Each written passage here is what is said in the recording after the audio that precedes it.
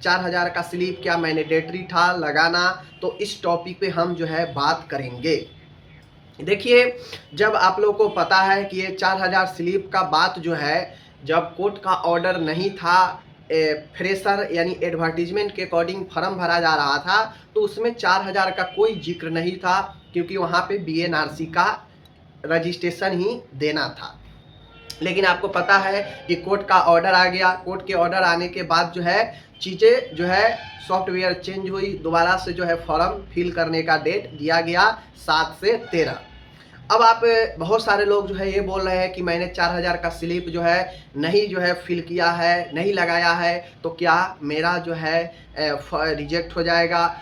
बहुत सारे लोग पास है, वो 4000 का स्लिप नहीं लगाए हैं, तो उनका कहना है, देखिए कायदे से मैं देखूं तो यहीं पे गलती होती है, यहीं पे जो है गलती होती है, और बीटीएसी यहीं पे गलती करता है, जिससे बहाली आगे जाकर फंस जाता है।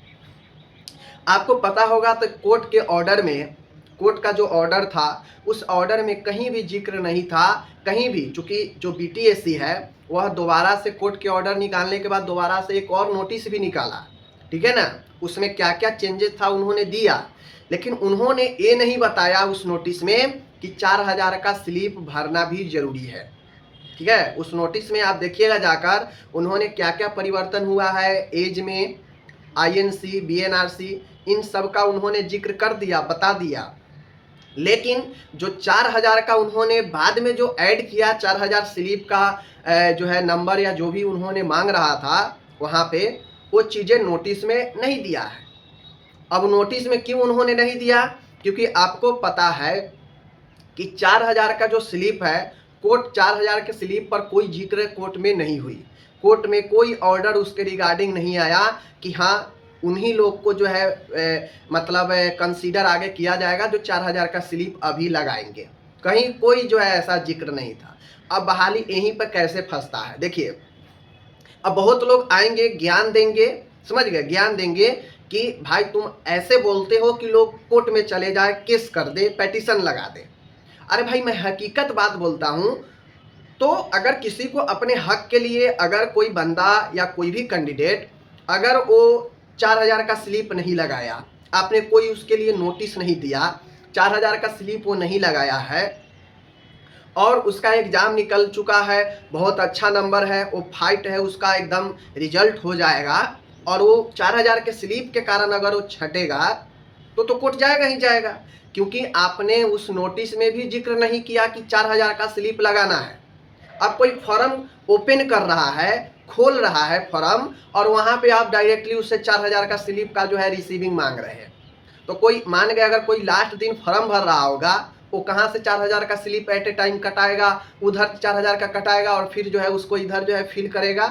क्योंकि आपने 7 से 13 तक फॉर्म भरने का जो समय दिया था, हो सके कोई लास्ट दिन फॉर्म भर रहा हो, लास्ट दिन ओपन किया हो, उसके पता चला हो कि जब ओपन किया तो उसे पता चल रहा है कि 4000 का स्लिप मांग रहा है, तो लास्ट दिन पहले फॉर्म पूरा करे कि 4000 का स्लिप लगाए।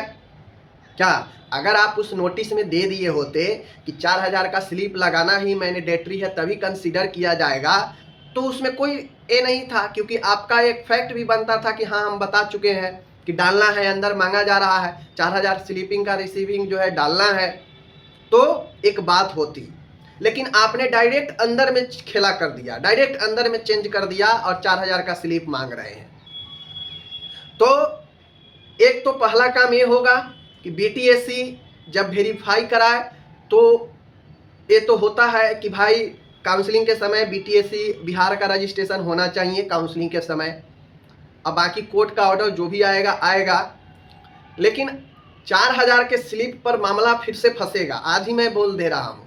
अब बहुत लोग कहेंगे कि भाई तुम ही करवा रहे हो, तो उतना दिमाग रखना चाहिए सबको। मेरा बात नहीं है कि अगर आपने जो चीज़ नोटिस में नहीं दिया, बहुत लोग बहुत बड़े बड़े बात बताते हैं कि एडवर्टीजमेंट में ही ऐसा दे दिया था, जीएनएम बीएससी वगैरह वगैरह, ठीक है एडवर्टीजमेंट में को आप मानते हैं, तो यहाँ जो नोटिस निकालता है तो आप यहाँ के नोटिस को क्यों नहीं मानेंगे भाई। यहाँ तो नोटिस में नहीं दिया है 4000 का स्लिप लगाने का, तो फिर जब यहाँ के नोटिस 4000 स्लिप का नहीं दिया है, तो मैं भी नहीं मानूंगा, या कोई जिसको निकलेगा एग्जाम वो भी नहीं मानेगा। क्योंकि उसका एग्जाम निकल चुका है और आप उस बेस पर छाट रहे हैं जिस बेस पर आप नोटिस में दिए ही नहीं है, सीधा फॉर्म भरना में दे दिए हैं चेंज करके 4000 का स्लिप। तो उस अकॉर्डिंग सीधी सीधी बात है कि मामला कोर्ट में फिर से जाएगी। आज ही मैं बोल दे रहा हूँ, मान के 10-20 कैंडिडेट भी ऐसा मिल गया जो पास हो जाएगा, उसको जॉब होने वाला होगा, लेकिन वो 4000 का स्लिप नहीं लगाया होगा और इसमें गलती उस स्टूडेंट का नहीं है, गलती बीटीएससी का है। आप सारे चेंजेज का नोटिस में दे दिए तो फिर 4000 का भी देना चाहिए। 4000 का आपने क्यों नहीं दिया? इसका मतलब है आप मनमानी कर रहे हैं अंदर में कि सब 4000 का स्लिप कटाओ और तब जो है ये फॉर्म भरो। मनमानी कर रहे हैं ना, तो उस लिए भी लोग जाएगा कोर्ट में, जाएगा ही, हर हाल में जाएगा। मानेगा जिसको नहीं निकलेगा वो नहीं जाएगा, जिसको अगर एक बंदा को भी अगर निकल जाएगा और उसके जीवन के सवाल रहेगा जरूर कोर्ट में जाएगा, रखिएगा कोर्ट में कि महोदय ऐसा कुछ जो है नोटिस में ऑर्डर में जिक्र नहीं हुआ, लेकिन अंदर में फॉर्म भरने के समय जो है इन्होंने मांग दिया 4000 का स्लिप। अब एट ए टाइम हम स्टूडेंट 4000 कहाँ से रुपया ला के स्लिप जो है उसका कटाएंगे, फिर इसको देंगे? बात समझ रहे ना?